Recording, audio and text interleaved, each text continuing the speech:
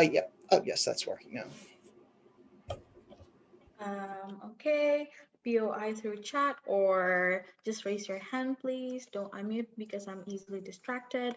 I'm gonna start my speech in three, two, one.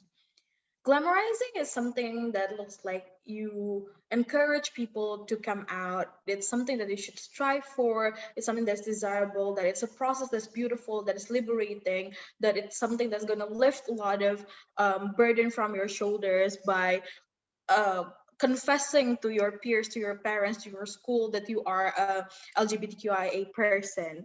We think that painting the process of coming out like that is something that is harmful, especially the glamorization of coming out is happening globally through social media or movies or songs with their plot or lyrics and so on and so forth. So we think it's going to affect the community globally. We prefer to for the community to present coming out as a realistic process where you explicitly discuss the hardship, the risk, and how it can be hard and potentially not even help your self acceptance at all. We think the risk should be discussed so people can make the best decision possible. Just how, when you're doing a medical procedure, your doctor is required to inform you of all the risk.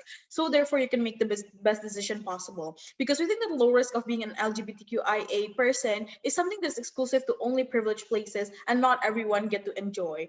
And because same thing with just any medical procedure, this decision to come out and when to come out and also how to come out will potentially affect you for the rest of your life.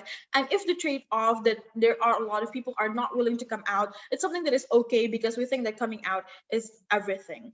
In my speech, I'm going to talk about like how coming out is not a glamorous process at all, and why is it harmful, and why it's irresponsible for the community to deceive the young impressionable queers into coming out at the end of the day.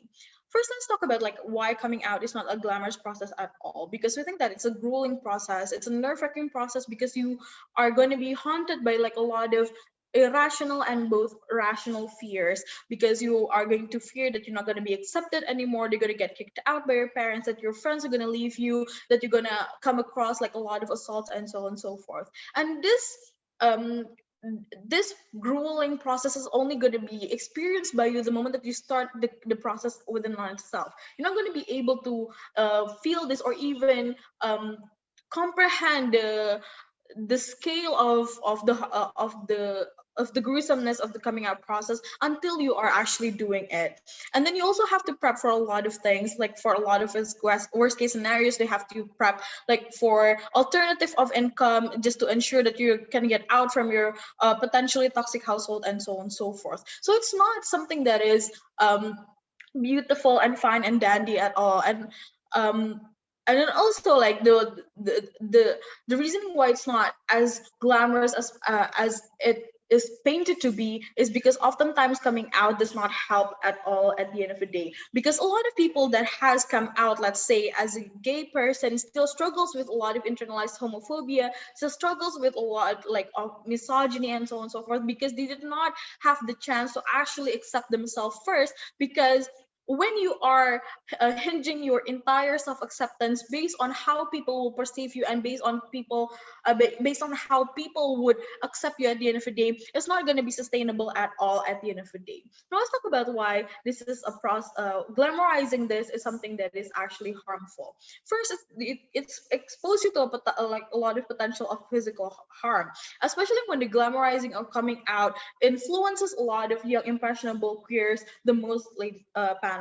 It's making half-baked decisions about coming out, especially when the moment that you realize that you are a member of LGBTQIA, it happens when you are young, even when you're like 11 or 12 or 13. You're just exposed to social media and like the media at large. You don't have the capability yet to make the best decision at the end of the day. So it's very easy for them to actually just like be influenced by the way people talk about the beauty of coming out, and it's more likely for them to make a decision that is half baked. And it's very very dangerous because these people especially do not have a lot of resources to escape the worst case scenarios, for example abuse and like financial both financial, physical, or emotional abuse. And secondly, it also causes like a lot of mental harm. The moment that you decide this willy-nilly, it gonna gives you like a lot of anxiety and stress, and this is going to be something that is damaging, especially when you are entering a situation with an idealistic scenario in mind. And when things don't go your way, the impact is going to be huge, because coming out has a lot of variables that can play into it, especially when you're communicating something that's as sensitive as this to a lot of people.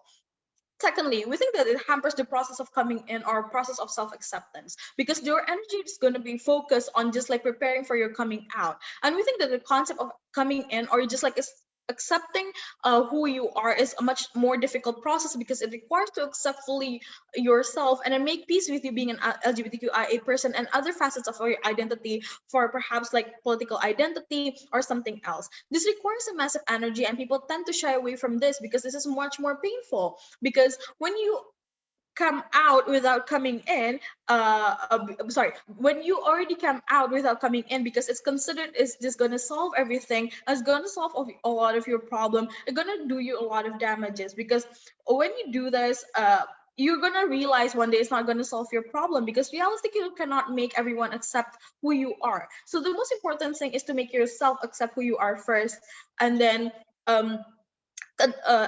when you are already inside a situation or environment that is safe for you to actually express who you are inside, is good, then you can do that then at the end of the day. And we think that the moment that your focus lies on coming in, because you know that coming out is not going to solve everything in such a gruesome process, as hard as coming in within ourselves, you're going to focus so much on like just coming in, because it doesn't have as much like the physical risk of physical harm or mental harm at the end of the day. And then you can rely on yourself and something that's much more sustainable, so that you don't get trapped in like very materialistic identifiers of being queers at the end of the day, because you do not have to validate your identity so much when you come out, instead of coming out at the end of the day. And we think that the community should acknowledge that the process of making yourself known is going to be difficult, it's going to be hard, and requires a lot of thinking and consideration, and we should not deceive the young impressionable queers from all around the world. We are very proud to propose.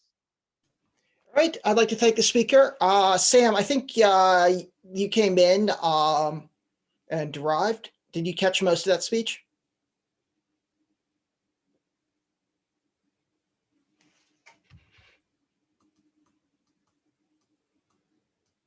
Yeah.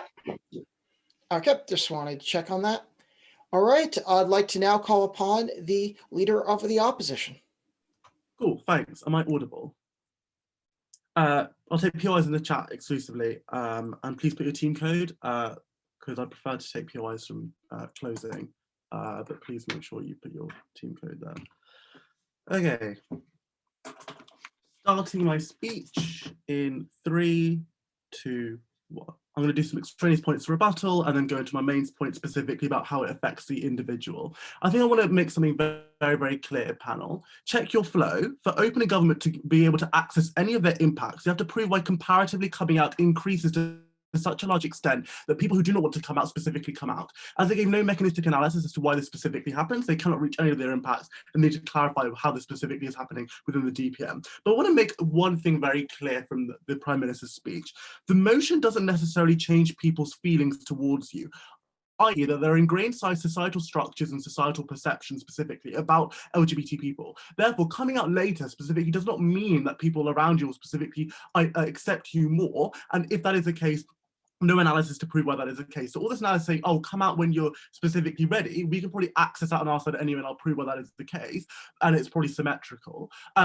They never prove why that is likely the case. But actually, it probably comparatively gets worse, right? Insofar as you lied for many years about what you're, or about who you are and your identity, the more stories you tell the people around you about what, like compounding further, like I'm gay, I do this, I do that, and all the things that you've done makes your relationships get even worse. So I think they don't access any of that stuff anyway.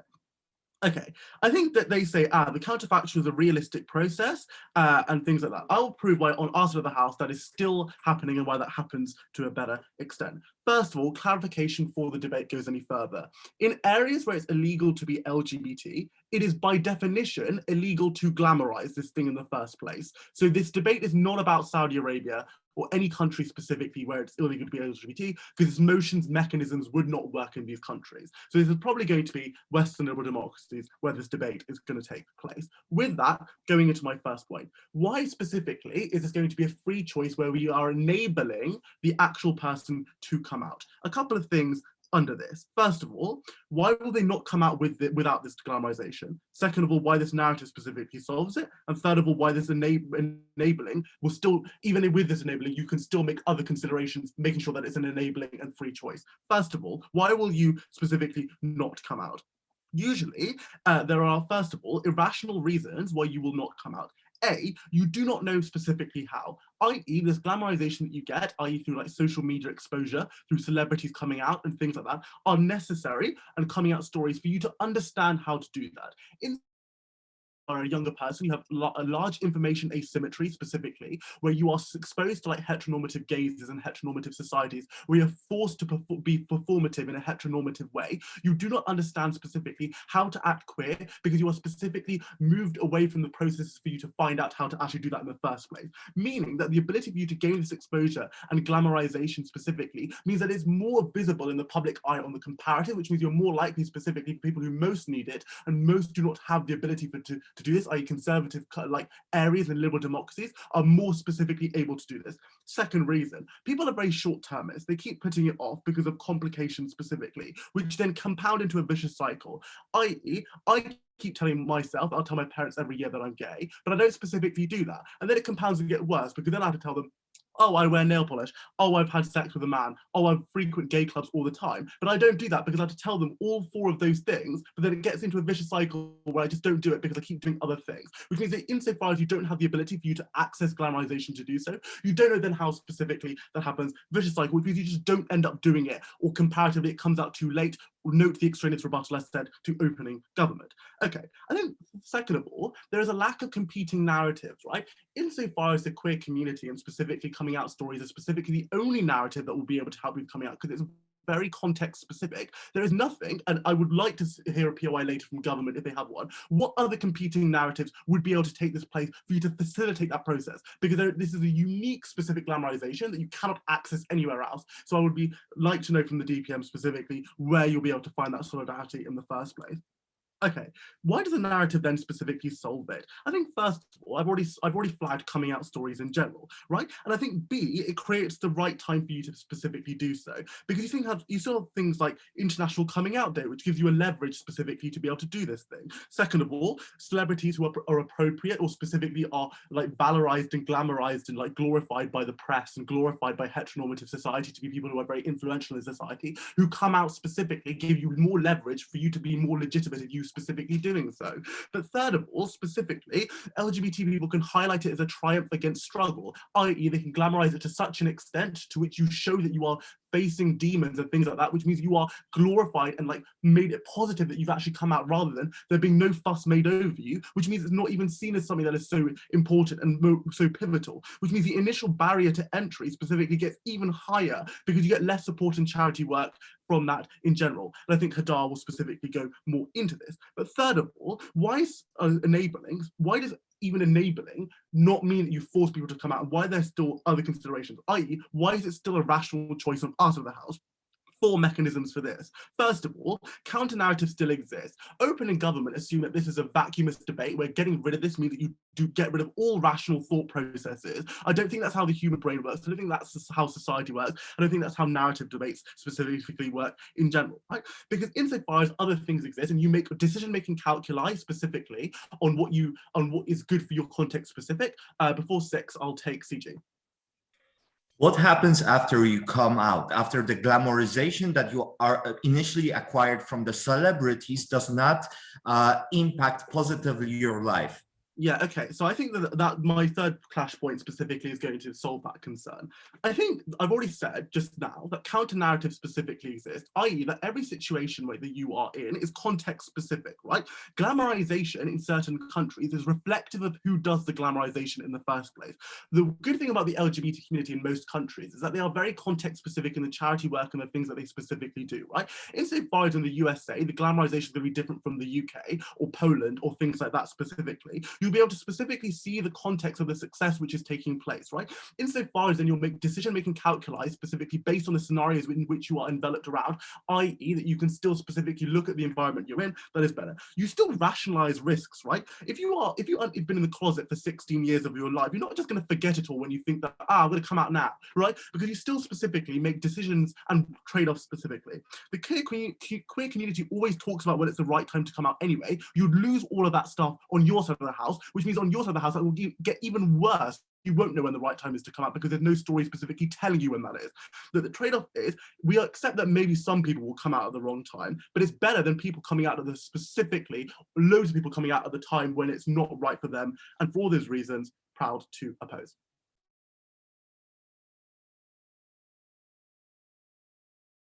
I'd like to thank the speaker, and I'd like to now call upon the Deputy Prime Minister.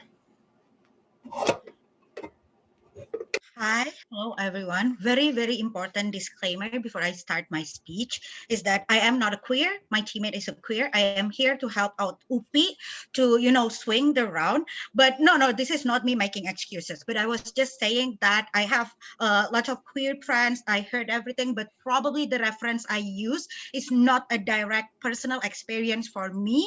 I am really sorry. I will try to be as compassionate, as empathetic as possible because I uphold human rights in general, but do call me out if I get, into the border when I'm not compassionate. I am really sorry. This is not me making excuses, just to create a disclaimer. Now, POI, thank you very much. I know debating community is the coolest. This is why I'm staying. Okay, so POI through chat, I'm going to start my speech in 3, 2, 1. So basically what I'm going to talk about here is onto the idea of inclusivity, because even if OO trying to, dodge the idea of conservative construction, conservative community, but there are also many various and multi-dimension of LGBTQ person who comes from different background and different constructions that then become very, very important when this is an action done by a community to be as inclusive as possible. And in my extension, I'm going to talk about inclusivity, why inclusivity is important. But before that, several rebuttals toward the opening opposition team. First of all, onto the idea that the counter narrative, that this is not going to be that dangerous and etc., because number one, the counter narrative exists. Now, onto the idea of glamorization, I think this debate cannot function and operate if OO trying to, saying that the counter narrative works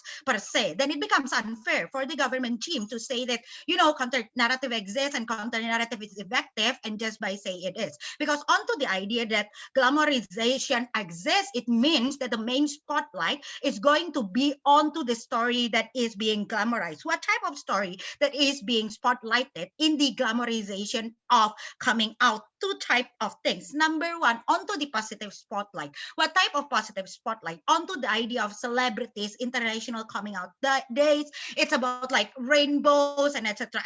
But this is where my PM speech becomes very, very important, because onto the idea that it becomes a glamorization, what happens is the loud voices is on how you are winning. You are winning. I come out from, and it's all okay. Or if you have barriers, you have conservative societies or conservative parents, but you overcome all those battles and winning. Now, do notice with this type of story, it lacks the empathy toward people and analysis toward people who does not come from similar privilege as you. For example, yes, your parents are conservative, but you come from a privileged family that you are already in the stages where you are already ready to get out of the house from your conservative, from your conservative family, because you live in a liberal countries anyway. Or second of all, you are already accommodating yourself with an already accepting groups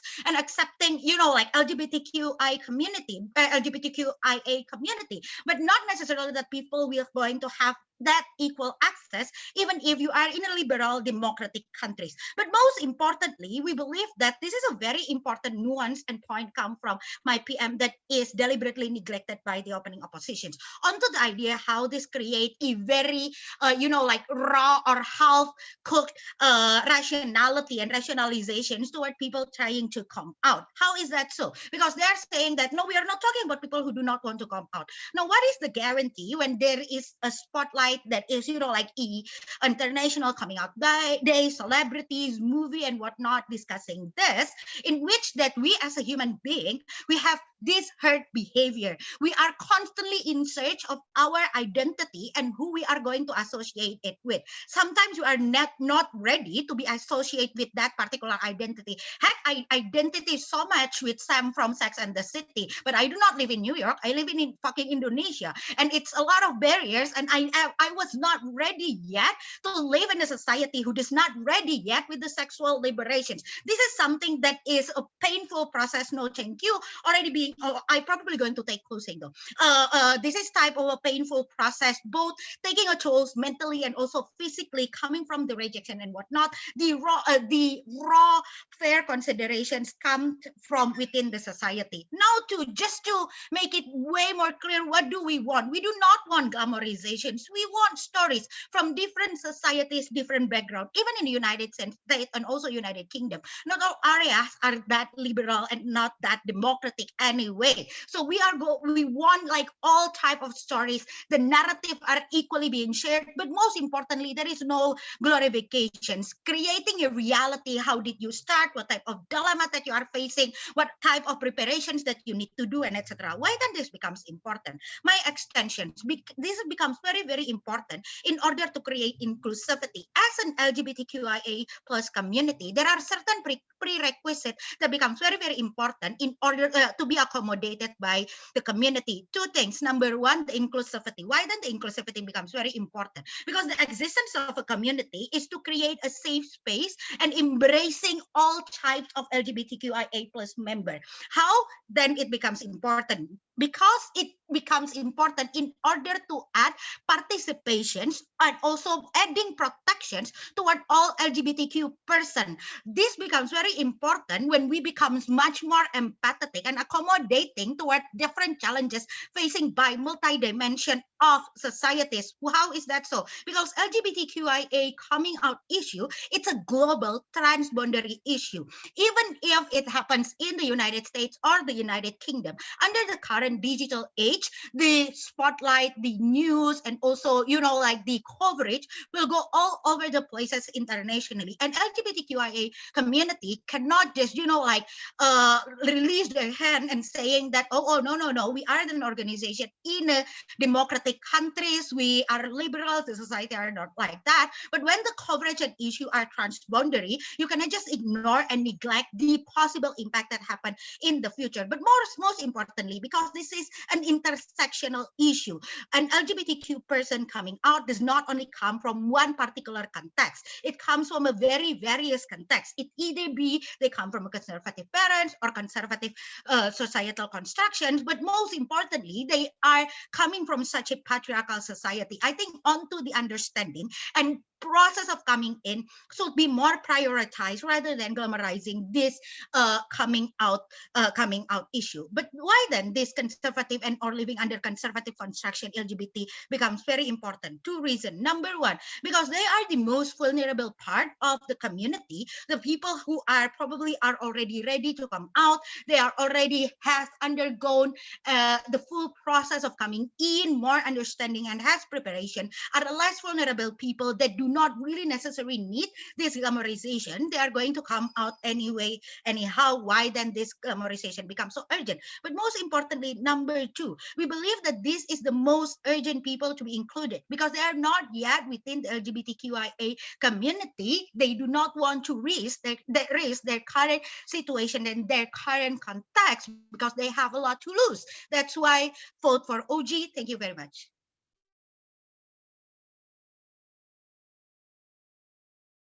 I want to thank the speaker, and I just want to thank you so much for taking the time and being willing to get up and help out with this. I think we all feel that way. All right, I'd like to now call upon the Deputy Leader of Opposition. Hey, am I audible? You are? Awesome. Same disclaimer as always. My country's on fire. I'm in a shelter. If at any point I get disconnected or whatever, let me know. Yeah. Starting in 3, 2, 1, go. Let's flesh out what's the trade-off in this debate. Obviously, there are potential harms to coming out of the closet, as very well analyzed by OG. There are many certain benefits to coming out of the closet as well, right? A, the fact that you will not need to live with the constant stress of being found out and needing to live your entire life in a hiding. B, the fact that you're going to be able to live your true self, whether it is living with the person that you actually love or living in the body that you feel comfortable in and starting transition. C, the fact that you are able to start speaking up to people when they say things, because today, whenever someone says anything offensive during Pride or whatever, you're unable to tell them this is hurtful to me. You want to be able to start talking to your family and friends and be able to explain to them why you feel bad the way you are. These are the harms that we need to stand on, right? So the question is not where do we have a perfect world? The question is what is likely to be the best decision for the individuals who are impacted by this glamorization? Framing on the status quo. A, not everyone comes out because this narrative exists. People still make decisions. B, this narrative is most impactful in the countries where are most liberal, because countries where it's usually illegal have less propaganda than countries which are liberal. And C, the fact that the people who are usually thinking about this in themselves are most likely to be impacted by this, right? If you're already considering coming out because you know that there are advantages and disadvantages to you, this is where you're most susceptible to this narrative, as opposed to someone who will only suffer very significant harms. If you know that your family is extremely likely to kick you out, this narrative is not likely to impact you. Why do we think that then most people make actually rational decisions based on this narrative? Several reasons already analyzed by Parth to no response. A, the fact that you hear also about the how and the when. People who talk about this, about their coming out stories, don't just say, I came out and everything was perfect. They explain how they did this and the process in between. What does it give you? It gives you tools such as how to test the water, being able to say, hi, I have a gay friend, so you can see how your family reacts to this and test the waters before you do it yourself, right? You're going to have the tools to see if it's safe to you before you go full way. Secondly, the fact that the kind of stories you hear in the first place as considered by DPM are the stories that are most likely to be successful. Why is this important? Because if I live in Indonesia or in any other country that is not likely to be accepting of me, I am not going to see stories that I identify with. The sort of stories I see of success are the people who really do live in comforting societies, meaning that the people who identify with these stories also live in societies that accept them. If I live in a society that doesn't accept me, I'm not going to identify with this white girl. I'm going to know that she has nothing to do with me. Thirdly, the fact that counter narratives still exist, even if not within the LGBT community, outside of it. The fact that I still hear many people talking about how bad it is to be queer, and I still consider into that. And fourthly, the fact that I've lived all my life in hiding, giving me constant reminders, right? Whenever I needed to rationalize to myself why I hide things, why I shut the door, why I tell my mom a lie when she asks where I go at night, I needed to remind myself what are the risks. I needed to visualize how dangerous it might be. This is why people are not likely to forget. Why, however, for the people that it is good for, it's likely to be an enabler. A, the fact that it makes them much more aware of the benefits. There is this short-term bias where immediately you don't feel the cost is great. Just one time telling my mom I'm going to visit a friend when actually I'm going to a gay bar doesn't feel like a significant toll on me. But when someone else visualizes it to me and tells me how bad it is when it grows over the years and how good I will feel when I finally let it out, it becomes an enabler that I wouldn't consider otherwise. Secondly, the fact that it gives me an excuse to do this. What conservatives keep telling us? Oh, we don't mind the gays, but keep it to yourself. I don't need to hear who you're sleeping with.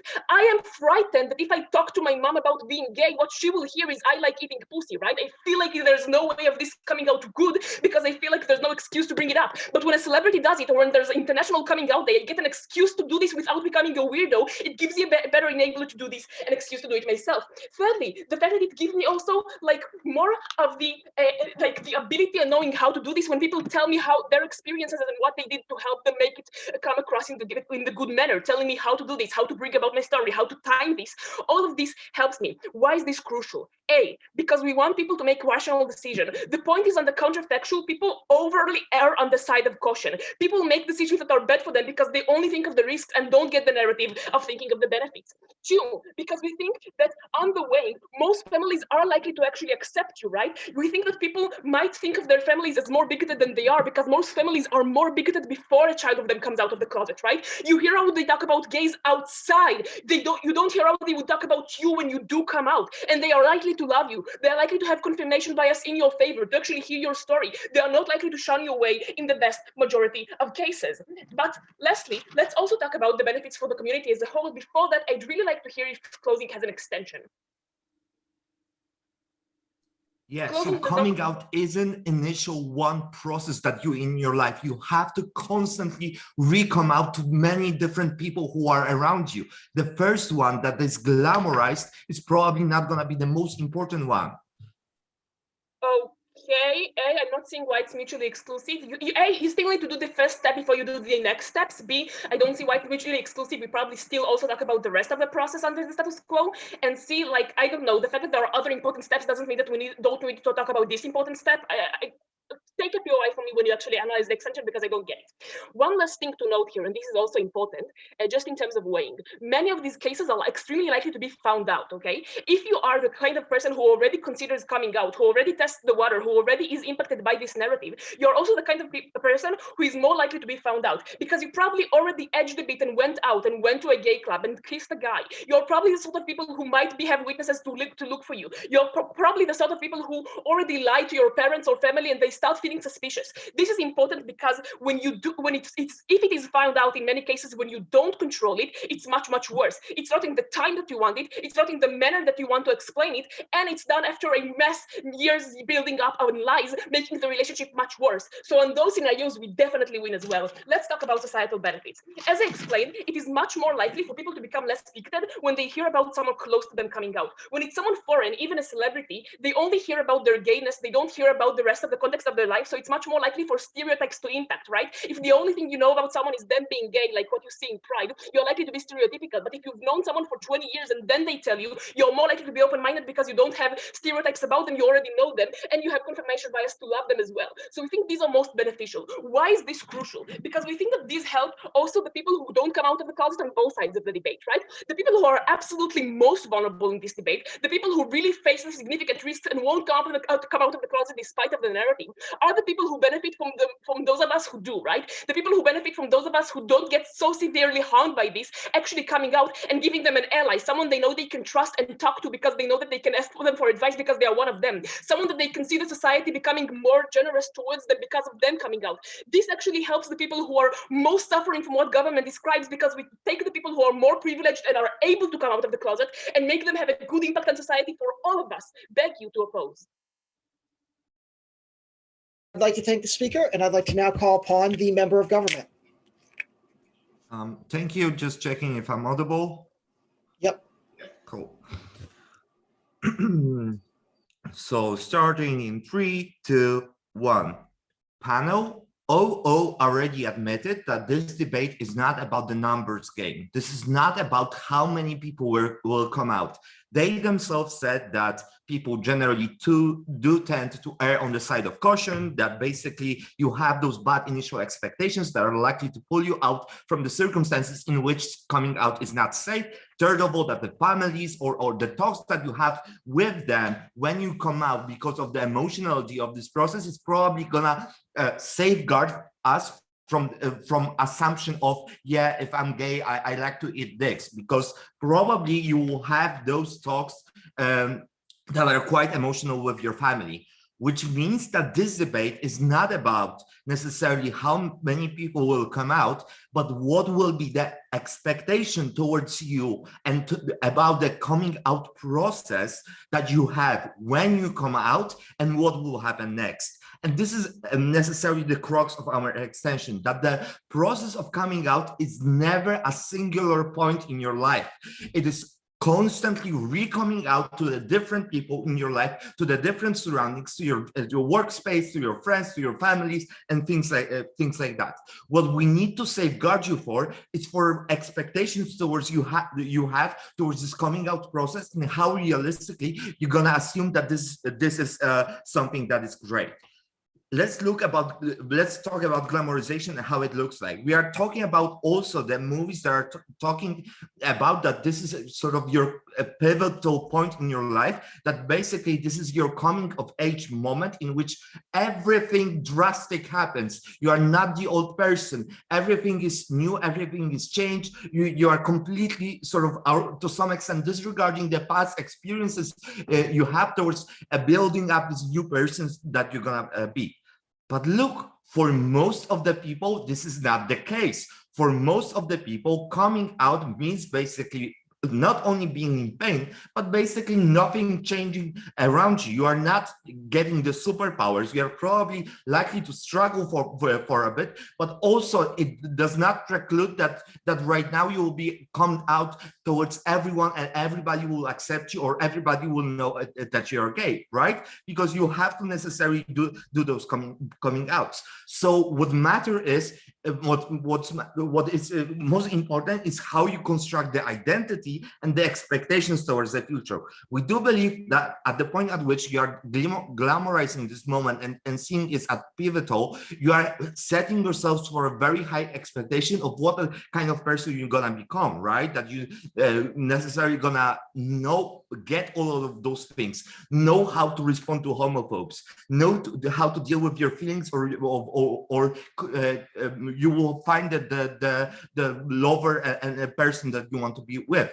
But note, this is usually not the case. Usually you are getting this knowledge and how to deal with those stuff later in the process. You probably will not have any significant other for a very long period of time, because you still struggle with identity, because you still necessarily have to go through the steps to work it out. You'll not necessarily know how to act on the pride parade, what things that you're like, what is your gender expression, and things like that.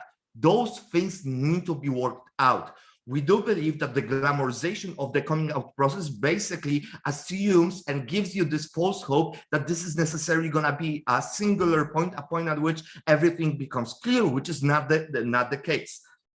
Towards our alternative and what it is. We do believe that people necessarily have to be more realistic towards expectation of what changes during the coming outs that you're gonna do for multiple times in your life. That is, you necessarily have to know that the identity of being gay or queer or whatever is something that you have to slowly build up upon. That is not going to happen in the second. That the pride parades at first going to be scary. That the first lovers and like holding hands, all of those things will be scary, and all of those things require from you a huge amount of work in order to be comfortable with. We do believe at the point at which you are glamorizing this process, individuals feel as if those things, if they are not experiencing those things as perfect, they are in some way a failure in the coming out process. Maybe they are not that gay, maybe they are not true gays in comparison to, like, you know, drag queens voguing on the pride parades, right? You have this constant comparisons of what sort of things should be towards you at the point at which you come out, but you're not necessarily getting those benefits. We do believe that the rational alternative is, yes, treat it as an important process, but not the singular most important thing that happens in your life. Because there are also so many things other that happen, right? The getting to the college, or having family member die, or having all of those different stuff that maybe is not talked about as a completely pivotal process, but still to some degree changes you. We do believe that at the point at which people are able to set the expectation very sort of in realistic way towards the coming out, that this is not changing the sort of new person. You are still having you know, the same family, the same friends, and all of those things. Yeah, let's go with OO. So other than the existence of so many different stories of individuals sharing the stories as part of the narrative, so probably you will find someone like you as well, I think slight disappointment from this being not as pivotal as you thought is better than being literally hiding in a secret your entire life. No, Hadar. This is not a slight disappointment. This is you feeling as a failure for 3 or 4 years because you cannot reach this level that all those great queer folks have out there. This is you constantly comparing yourself to those people. But second of all, as you said, this is not necessarily a numbers game, right? It's not preclude individuals from coming out. We do believe that at the point at which we de-glamorize the process, the emotionality and the mental struggle about it, that is how much of a heavy-handed news it is something that is necessarily likely to overburden you at the point at which the coming out process is glamorized. If it's not, to a certain degree, yes, it is huge news, but you are not carrying it around as a sort of a bomb that you have to drop at some point at some people, right? We do believe that this basically changes of how you're gonna approach it, right? Because you no longer romanticize it in certain degrees. You no longer think that this is something that's gonna change basically everything about the reality. So we also do believe that this basically changes your approach towards, feeling the ground. What are the points for you to come out? What are the safer ways? For all those reasons, I beg you to propose. Right, I'd like to thank the speaker, and I'd like to now call upon the member of opposition.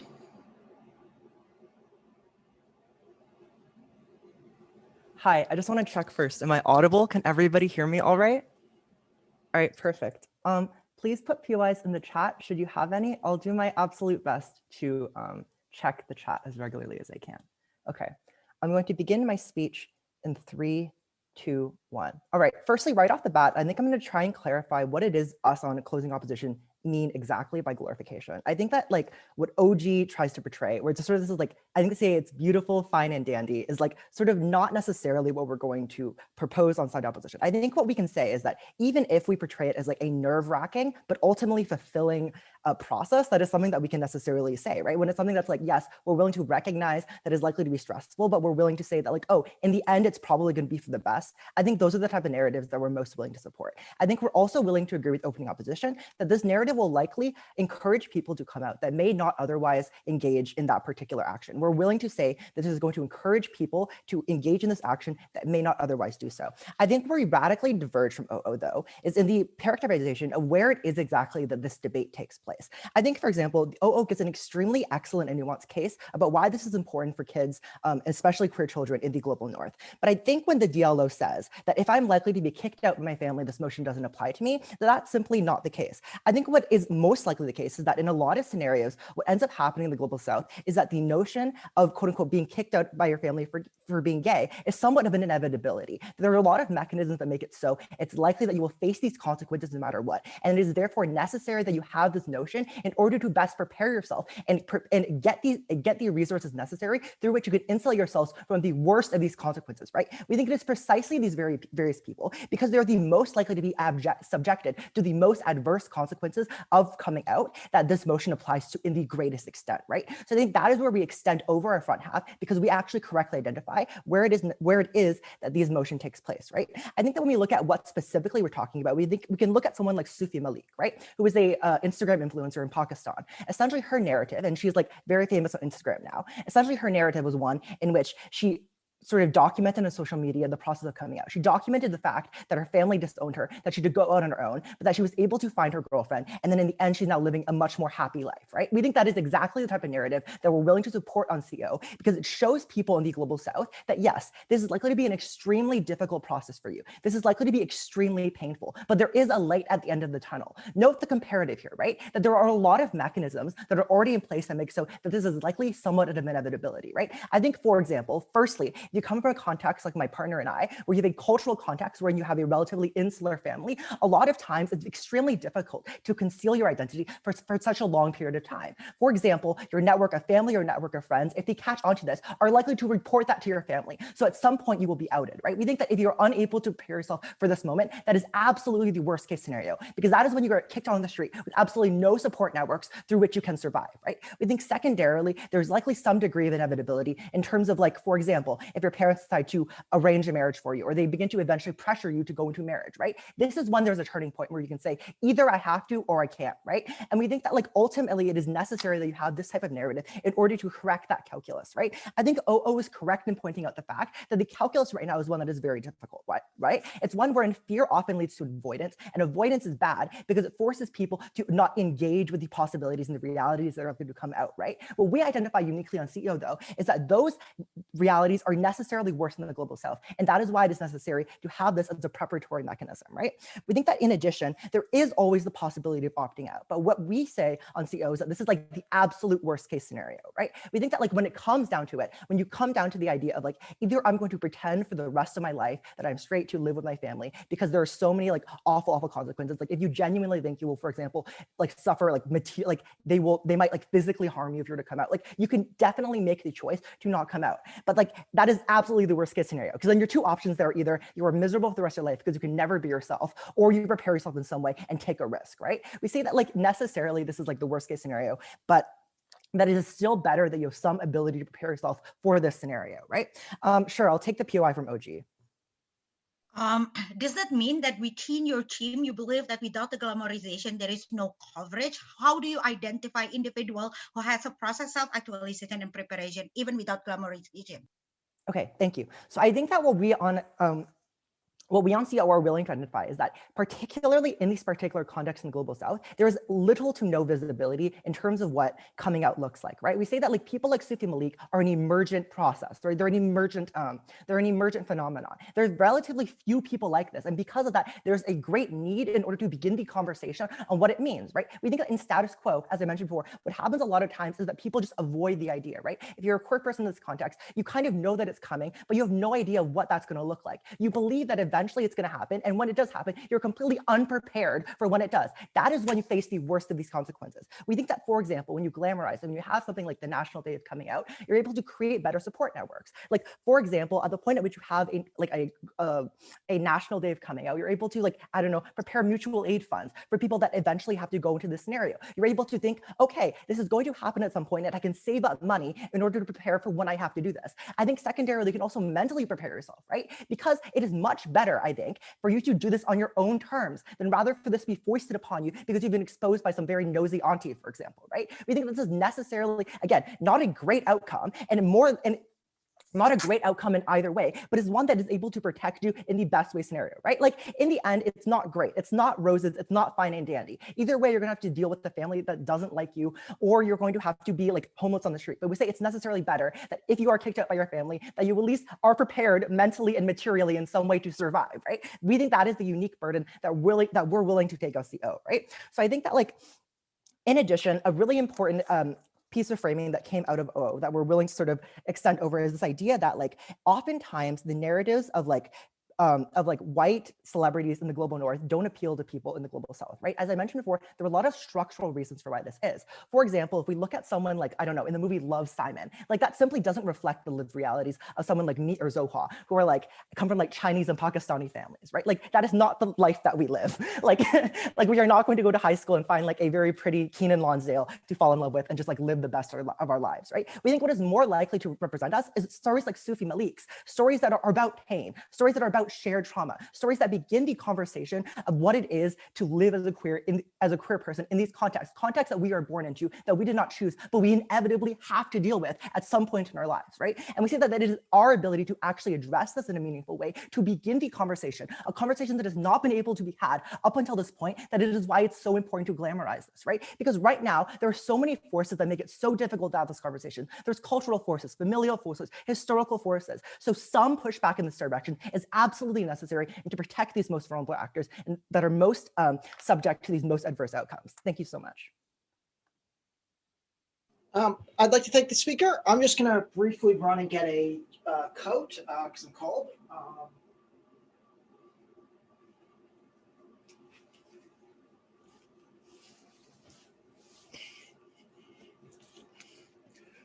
All right, sorry about that. I'd like to now call upon the government whip.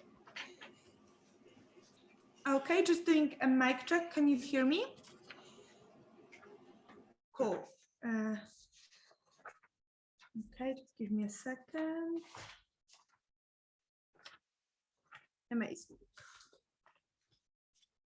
Starting my speech in 3, 2, 1. Panel, I think CG wins this debate for a very particular reason. All the other 3 teams in this debate talk a lot about how many people will actually come out, how many people will not come out on both sides of the house.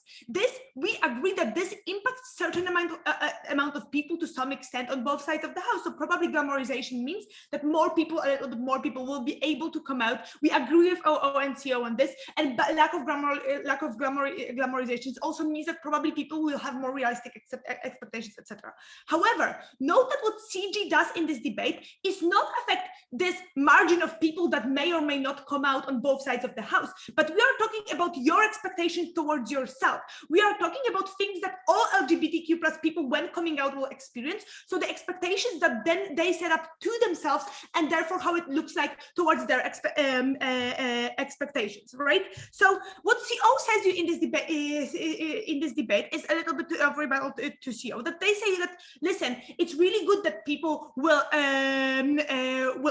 come out, right? Because this means that we have some kinds of glamorization, even in a very specific, difficult context, like this Pakistani influencer that they're talking about. What we are saying to you is probably we're agreeing with OO a little bit on this. So probably people in the most extreme circumstances will not come out on both sides of the house. I mean, people in Pakistan, despite this Pakistani influencer existing, probably understand that maybe this Pakistani influencer was able, because of money or whatever, to come out and therefore lead her life, but they are probably not in the similar situation, right? So probably they won't come out anyway. We say to you, people who say, people who feel at least a little bit of support will though probably come out, because they will feel that they have a little bit of support, at least, I don't know, in friends, family, or whatever, right? So we do not think that on both sides oppositions, this delta is so big. This difference of how many people come out are so big, because note that when OO says to you, listen,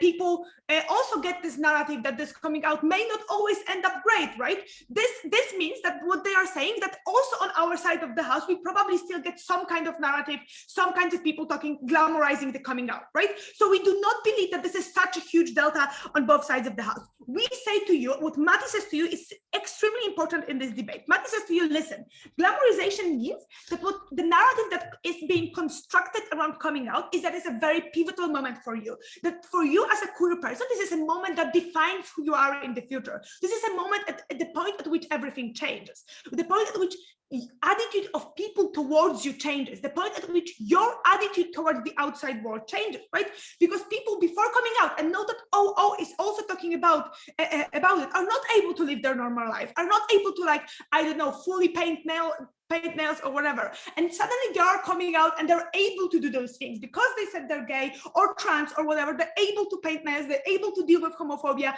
they're able to do those things. Note that happens in many shows in media, like Kurt in Glee. After he comes out, he finds a boyfriend in the next season, they live forever after with this boyfriend, etc. This means that the coming out is a pivotal moment for you. So what we are attacking in this debate as CG is telling to you that therefore, because of this portrayal in media of how this glamorization looks like, it means that probably you set up expectations for yourself on how this will look like towards you, right? This means that before coming out, I will take you later. This means that before coming out, you set up those expectations that after this your identity will be more construed, that you will know how being gay will look like. You will be able to be more gay and more truly gay, and suddenly you will change your how you approach the world, and the world will change how it approaches you, right? Therefore, you set up a very high expectations. However, this is not usually like that, right? What Matti tells you is that when you come out, you still have to build up your own own identity. The fact that you came out doesn't mean that at this moment suddenly you are able to attack homophobic comments, that you are able to suddenly also come out to other people, not necessarily your family, etc. Right? That you are able to suddenly dress flamboyant if you want to, or paint your nails if you want to. That doesn't change. You are still the same person that you were yesterday, and this is not something that builds up your entire identity. It's sometimes difficult to live up to these expectations afterwards, and very difficult to actually fulfill them. I will take OO right now. Since you concede you're exposed to different kind of narratives and consider them both, probably you are also rationally aware that it's not going to be perfect, just like straight girls don't watch Cinderella and think that they are going to marry Prince Charming. Yeah, we're not saying that this is something that's going to be always perfect and you're not going to like face the glamorization means that you're not going to face homophobia or whatever. We say to you that this means that you set up expectations for yourself, not for maybe like the how the world will treat you with all the goods and not be homophobic to you, but that you will be able to deal with the homophobic world that exists. This is something that happens, and we believe this is very bad because this is not how it looks like afterwards. Finally, also we say that this glamorization means that you think that the most important part of your identity and the most pivotal moment of your identity forming as a person is the moment you come out, and that queerness is the most important part of your identity. We say to you, if this is not the case, for straight people, this is probably also not the most important moment and of you being formed and your identity being formed, right? This means that what Mazi tells you, you getting a new job, you getting to a good university, I don't know, your friend or family member dying are also hugely pivotal and important moments to you as a person, and that your identity should also be formed around them. We believe that if you set up expectations that queerness and coming out is this glamorizing, amazing moment in which loads of your identity changes, it means that other moments are not as important and you're not able to build around them. We say to you, if this narrative exists, there has to be some counter narrative, that this is something normal, that this is something that just another part of your life that will not suddenly solve all of your problems, or will not solve how you behave, or will not change you extremely. We say to you that LGBTQ community should do that, should be the ones that are also saying you, this is part of your identity, true, but not the most pivotal part. You are another person in itself. You are also, this is also not solving everything you wanted to solve. For all of these reasons, I think CG is clearly winning this debate. I beg you to propose. I'd like to thank the speaker, and to close out this debate, I'd like to call upon the opposition whip.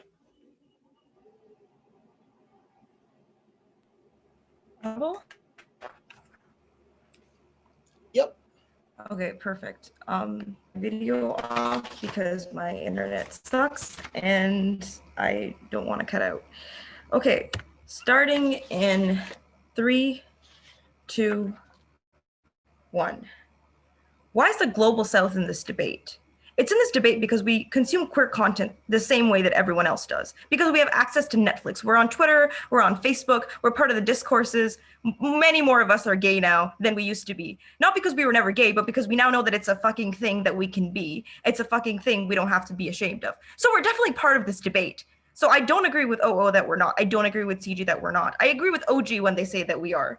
That's good. Secondly, what alternative are any of the gov teams giving to these kids? Because they do go on and say, you can't come out, they're not gonna come out, it's too hard, it's too fucked up. Okay, then what is the alternative? Because Jeffrey did give you many alternatives of where you will be forced out anyway, or you might have to be forced to marry someone you don't want to marry of a gender you are probably not attracted to. So explain to us how those alternatives compare to the kind of world we're giving you, where maybe you can escape your toxic family, maybe you can escape to, like, I don't know, the US or whatever. I know that sounds bad, but that's kind of the only option that a lot of kids end up having. And maybe it's a good option to have when you have these stories being glamorized. So no alternative told you exactly why CO is the only team that brings you unique content that is the most relevant and applies to the most vulnerable stakeholders in the world, in the queer community. Okay, 3 things I'm doing in this debate. I'm going to knock out OG, knock out CG, and then I'm going to talk to you about why we're better than OO. Okay, So let's talk about OG.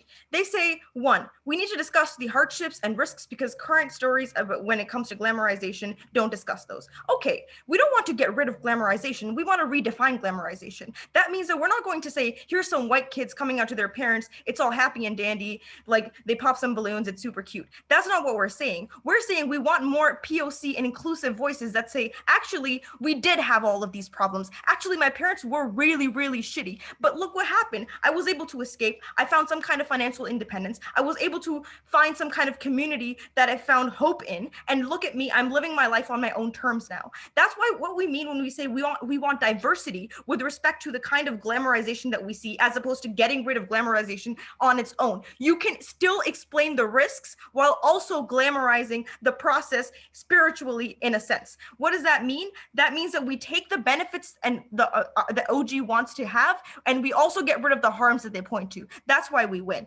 Second, they say there's harms of coming out. People are influenced to do so, and your family might not accept you. It might be drastic consequences. And I think that that's totally cool. But I think this is where our case becomes super relevant. That's why they really needed to engage with it beyond people in Pakistan don't come out. That's why, because there's a different context in the global south. Family and communal ties are very strong. That looks like a lot of the times, like families like mine very heavily surveil my life. What that means that they know where I'm going, they know who I'm talking to, they know who's coming over, they know where I'm going. And that is what a lot of lesbian women in my country have to go through. That means that it's very, very difficult to try and hide it for your entire life. Secondly, communal involvement is a huge thing. That means aunties and uncles that live around the area are very, very involved in your morality as a woman, or your or the expectations on you as a man. That means that when they observe something that's kind of fishy, they automatically go to your parents and tell them what you were doing. And this is also the case where communal ties are very strong, where the entire community is involved in the morality making process of a child. Thirdly, why is this bad? If you are forced to come out, or if somebody else outs you, it is way, way worse. And we're telling you it's inevitable. Since no one in this debate engaged with that, we're going to assume that everyone agrees that it's going to be inevitable. If it's inevitable, you come out not on your own terms. That's bad because you are not prepared for the consequences. Because look, this is the comparative. You either prepare for the consequences, you learn from these stories, you come out to your parents, maybe you have bad circumstances, but you were at least prepared for it, versus some auntie in the neighborhood sees you hold hands with a woman, you come home to your entire family sitting there with like whatever kind of consequences that are waiting for you, and you had absolutely no control over any of it. That's why it's bad, because you're not prepared for the consequences, but the consequences may be the same in either case, or maybe you could have handled it better. Either way, you're fucked. But we're telling you, at least in our world, you do it on your own terms, you're prepared, you maybe have a backup plan, maybe you've bought a plane ticket to leave, and that's a good thing. Finally, we tell you it actually encourages you to leave toxic families. A lot of the times, we are convinced that we need to stay with these families, we have to stick with them even if they don't accept us. But the idea is that maybe we don't have to. That's why these stories are so important, because they encourage kids to leave their toxic circumstances. But finally, even if you don't come out, why is it still a good thing? Because you get to live vicariously through other people's stories. Yeah, I don't relate to the white girls that come out to their parents, but sometimes I feel kind of happy looking at their stories, knowing that I'll never be able to do that, because it's still something like nice to see other people in the community being able to do it. But even more importantly, to see other brown girls coming out to their parents and glamorizing it, because hey, at least it worked out for some of us, even if it doesn't work out for me. So I'm just telling you there's benefits all around, and that's how we take out OG. Let's talk to you then about CG. CG's response to us is, well, people in the global south don't come out anyway. I think that's a very flippant response, because there's a huge trans community all over South Asia. There are lesbians that have communal arrangements all over South Asia. What does that mean? That means that this is a thing, that people do come out and eventually move out. Why does that deal with everything CG says? That deals with them because when we're telling you that there's an inevitability of being forced out, much rather do it on your own terms. Finally, you don't give us an alternative. Okay, CG's case now. They say, one, there are other ways to identify yourselves that is not centering your identity around LGBTQ narratives. That's true, but if there's something you feel so much shame around, but something that's such a big part of your identity, you are much more likely to identify around it anyway. So I don't think coming out stories necessarily change how much a part of your identity it gets. 2, they say you have high expectations and queerness is a slow process as opposed to the way that it's portrayed. I think that's untrue. Coming out is not shown as a quick process. A lot of these people talk about how they thought about it for years and talked about other people for years, and how eventually, like after all of this discussion and internalization, they were finally able to do it. So I don't necessarily think that that's the portrayal. Secondly, I do think it is a pivotal moment. When they say it's not a pivotal moment, it is for most kids in the world, when it's going to change pretty much everything around your life. Thirdly, I think kids are way more rational than any of the government teams give them credit for. They are the ones who have been living through those toxic circumstances for years and years and years since they realized that they were gay. So I think they know way better than some random video on YouTube that tells them it's a great thing, because they know that. So I think that doesn't apply. But finally, as far as coming out happens more than once goes, I think that doesn't really necessarily have a bearing in this debate. Why do we win? Because we talk about the most vulnerable stakeholder. We give you all the alternatives that they will have to face, and why this is still a much better thing for them to do. For all of those reasons, I'm very proud to